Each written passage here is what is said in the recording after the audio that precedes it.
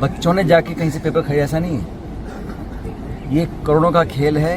बड़े बड़े माफिया इसमें इन्वॉल्व हैं, बड़े बड़े सरगना इसमें पकड़े हुए हैं।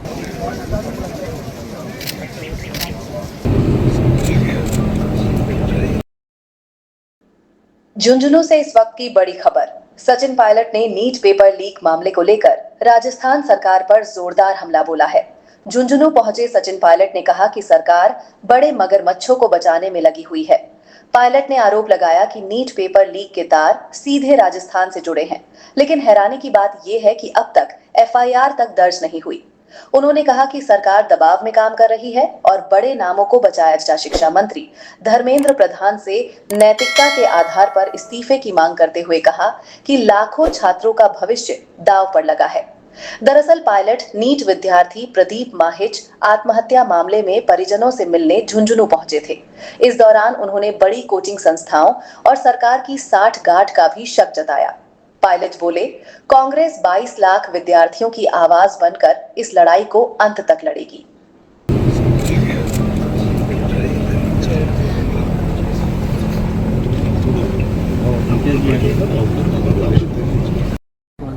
बच्चों ने जाके कहीं से पेपर खरीदा, ऐसा नहीं है। ये करोड़ों का खेल है। बड़े बड़े माफिया इसमें इन्वॉल्व हैं, बड़े बड़े सरगना इसमें पकड़े हुए हैं। और मुझे आश्चर्य इस बात का है कि प्रदेश की सरकार ने जब पहली बार इसके बारे में पता पड़ा तो एफआईआर रजिस्टर क्यों नहीं करी। और पेपर लीक का जो प्रकरण प्रकाश में आया, इसमें कोई सरकार की कोई बहुत बड़ी बहादुरी नहीं है या कोई एजेंसी पुलिस ने पकड़ा। ये तो बच्चों ने जाके कंप्लेन किया है कि गैस पेपर और एक्चुअल पेपर एक ही है। तब मजबूरन एक्सपोज जब हो गए तब जाके सरकार को पेपर कैंसिल करना पड़ा। आप कल्पना कीजिए ऐसे कितने प्रकरण होंगे जहां पर पेपर लीक होता होगा, पता नहीं पड़ता होगा, मीडिया में नहीं आता होगा और पेपर कैंसिल नहीं होता होगा। उसमें कितनी धांधली होती होगी। और ये बच्चों को प्रलोभन देने का, जो बड़े बड़े संस्था चलाते हैं, यही वो लोग हैं जो करोड़ों रुपए खर्च करके पेपर खरीद सकते हैं। और खरीदने के बाद उन चंद बच्चों को देते हैं, पेपर फैल जाता है। लेकिन इस पूरी व्यवस्था के खिलाफ आज पूरे देश में जो आक्रोश है, उसके खिलाफ हम सबको साथ इकट्ठा होना पड़ेगा। और मुझे लगता है कि सरकार को जिम्मेदारी तय करनी पड़ेगी। हर साल पेपर लीक हो रहा है, सीबीआई की जांच हो रही है। जो पिछले पेपर लीक हुआ था, उस सीबीआई की जांच की रिपोर्ट क्या है, किसको दोषी ठहराया गया, किसकी जवाबदारी तय की गई, कुछ नहीं हुआ।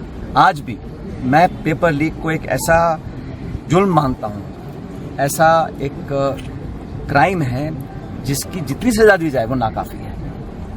और भविष्य में बच्चों के फ्यूचर के साथ खिलवाड़ करने का अधिकार किसी को नहीं है। किसी नेता को, अधिकारी को, कर्मचारी को, व्यवसायी को, संगठन, किसी को नहीं है। हमारे देश के नौजवानों के भविष्य को अंधकार में डालने का किसने अधिकार दिया है? वो लोग जो इसमें इन्वॉल्व हैं, सुन लीजिए, जो लोग इसमें इन्वॉल्व हैं उस पर कार्रवाई करने के लिए आपने सीबीआई को जांच दे दी है। लेकिन जो 3 साल से लगातार लीक हुआ है, अब तक किसको दंडित किया गया है? और जिस विभाग में हो रहा है उस विभाग के शिक्षा मंत्री को नैतिक जिम्मेदारी लेते हुए इस्तीफा देना चाहिए। कितने और पेपर लीक करवाएंगे, कितने और नौजवानों की जान जाएगी, तब जाके अपने आप को अकाउंटेबल कहलवाएंगे। तो सरकार ने अभी तक कोई इसमें स्टेटमेंट नहीं दिया है। आपने देखा होगा, ये वो सरकार है जो हर छोटे बड़े मुद्दे पर श्रेय लेने के लिए आ जाती है। लेकिन आज जब पूरा देश शर्मसार हुआ है, 22 लाख बच्चों का भविष्य अंधकार में ढकेल दिया है, उसके लिए कौन अकाउंटेबल है, कौन जिम्मेदार है? किसने आकर कहा कि हाँ साहब मैं इसकी नैतिक जिम्मेदारी लेता हूँ? प्रदेश की सरकार या तो किसी दबाव में है या वो कार्रवाई करना नहीं चाहती। क्योंकि मत भूलिए, जब इतने सारे बच्चों ने कंप्लेन करी और जब एनटीए की कंप्लेन दिल्ली में हुई तो एनटीए ने फिर आईबी और प्रदेश सरकार को सचेत किया। लेकिन प्रदेश की सरकार इतने दिन किसके दबाव क्या था, व्यवस्था क्या थी कि आपने एफआईआर दर्ज नहीं करी?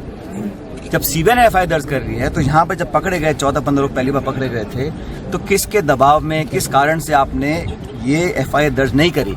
जब पुलिस अधिकारी खुद बोल रहे हैं फिर भी सरकार ने एफआईआर दर्ज नहीं कराई, मतलब कुछ छुपाना चाहते थे। मैं फिर कह रहा हूँ, ये जो बड़ी बड़ी संस्थाएं हैं जो सिस्टम चलाती हैं, हजारों बच्चों को पढ़ाने का, कोचिंग का काम करते हैं, इन्हीं लोगों ने कहीं ना कहीं सांठगांठ की होगी, ऐसा लगता है, प्रतीत होता है मुझे। क्योंकि कोई बच्चा जो गांव में पढ़ रहा है वो कहाँ से लेके आएगा 10-50 करोड़ रुपए? तो कोई ना कोई बड़ा इसमें सरगना है, बड़ा माफिया इन्वॉल्व है और उसका नाम उजागर करने में सरकार संकोच कर रही है, प्रदेश सरकार भी कर रही है, केंद्र सरकार भी कर रही है।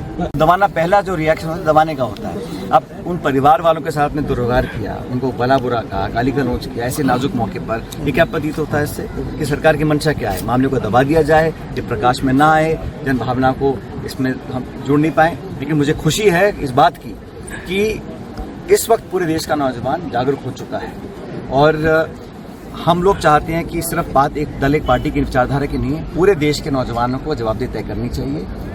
शिक्षा मंत्री का इस्तीफा लेना होगा और हम लोग जितनी मदद हो सकती है, अभी हमारे एनएसयूआई के जो राष्ट्रीय अध्यक्ष हैं वो भी 2 दिन पहले यहाँ पर आए थे, परिजनों से मिले हैं और उन्होंने भी आर्थिक मदद देने का उनको वादा किया है। और मैं एक अच्छा कदम मानता हूँ कि पूरे संगठन ने मिलकर उनको 11 लाख रुपए की नकद मदद देने का उन्होंने आश्वासन दिया, जो कल परसों आके दे देंगे।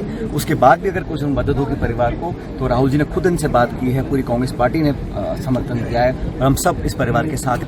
जब छोटा मोटा कोई उद्घाटन या प्रोग्राम होता है तो श्रेय लेने के लिए सारे नेता पहुंच जाते हैं केंद्र के प्रदेश के। इस प्रकरण में ना तो कोई बोल रहा है और वो लोग जो मुखर होकर बहुत बोलते थे विपक्ष में, आज वो चुप बैठे हैं। आज वो नौजवानों के न्याय के लिए क्यों नहीं आगे आ रहे? और मैं हमेशा से, हम लोगों ने, चाहे दल कोई हो, सरकार किसी की हो, हमने हमेशा नौजवानों के लिए, पेपर लीक के खिलाफ, और आज फिर कह रहा हूँ 2.5 साल हो गए ये सरकार ने वादे किए थे कि बड़े मगरमच्छ पकड़ेंगे, बड़ी मछलियां पकड़ेंगे।